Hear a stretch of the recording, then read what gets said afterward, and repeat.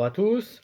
Alors aujourd'hui, je vous propose de faire un petit aperçu, de vous dire ce que je pense sur le cycle en 6 livres de poche qui s'appelle L'éveil de la bête. Alors en sachant que c'est une réédition, puisque vous l'aviez auparavant sous forme de un volume tous les mois, donc ça en faisait 12. Là, c'est réparti en 6 sur 2 bouquins à chaque fois. Donc, alors, je vais vous dire ce que j'en pense de ce volume. Alors, je vais noter, comme les précédents livres que j'ai analysés, entre guillemets, avec 3 éléments. Donc, le fluff, pour dire ce que ça apporte, par rapport à l'histoire de ce qu'on en connaît de l'Empire, des différentes factions, etc.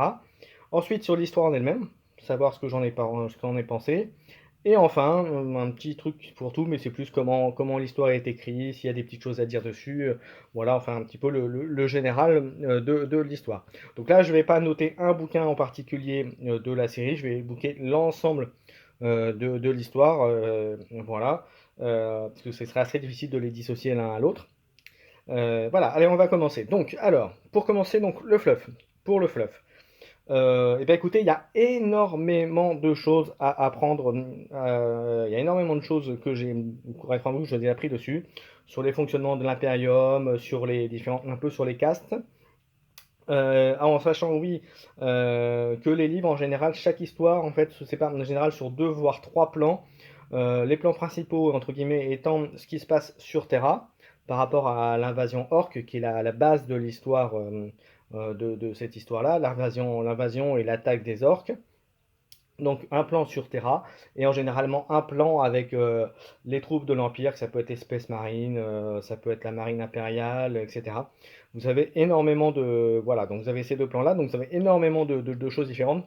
Pour le fluff, vous apprenez effectivement le fonctionnement de la marine, vous apprenez énormément de choses sur le chapitre Imperial Fist.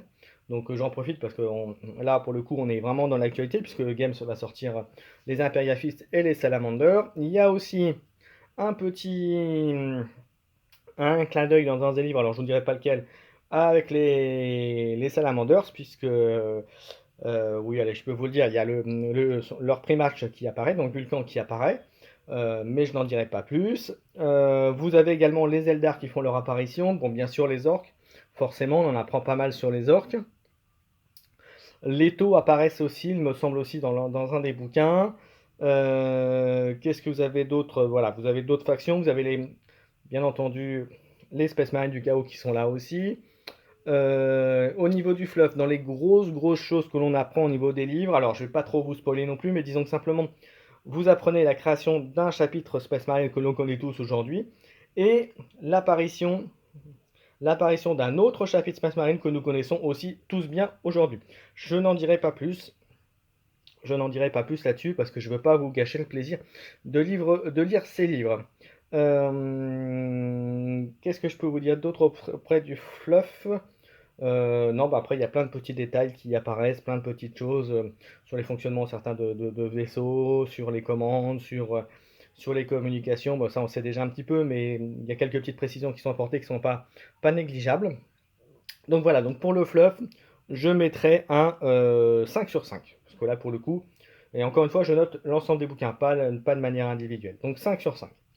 Ensuite, sur l'histoire en elle-même. Alors, c'est un peu pareil, je mettrai peut-être pas un 5 parce que il y a des petites choses des fois qui sont assez classiques, mais dites-vous que c'est du classique pour amener quelque chose d'un peu plus spécifique et d'un peu plus novateur après par la suite. Donc, pour l'histoire, je mettrai plutôt un 4, mais c'est très très bien, très très bien. Voilà, je vous conseille fortement. Ensuite, pour la partie narrative, alors là, je remettrai un 4 aussi. Parce que vous voyez, j'ai le 6 puisque c'est le dernier que j'ai lu en plus récemment. Le 6, voilà. Il y a des petites choses qui, certainement, dans la dernière partie du livre, auraient peut-être être décrites de manière un poil différente. Mais voilà, mais c'est vraiment des petits détails, donc je mettrai un 4 vraiment pour la forme, mais c'est comme l'histoire. On pourrait limite mettre du 5 aussi, mais je vous mets du 4 aussi, voilà. Donc, bah, je crois que je vous ai tout dit là-dessus. J'espère que ça vous a plu. N'hésitez pas à mettre vos petits pouces, à vous abonner si ce n'est pas le cas, mettre vos commentaires. Alors, petite information, Il faut savoir pour ceux qui font la campagne Kill Team avec nous et mes collègues de Kill Team Express, il y a certainement des petits éléments dont je vais me servir là-dedans, mais je n'en dirai pas plus non plus. Et autre chose, donc je suis en train de lire actuellement Magos, qui est un livre de Dan Abnett, avec d'abord quelques nouvelles et une histoire dedans liée à Eisenhorn, donc le célèbre inquisiteur. Donc je ferai certainement une revue de ce livre dès que je l'aurai terminé. Donc je viens de commencer, donc vous attendez pas que je l'ai fini tout de suite, tout de suite. Voilà, j'ai terminé. Et ben écoutez, j'espère que ça vous a plu encore une fois. Et puis ben, je vous dis à bientôt pour une nouvelle vidéo.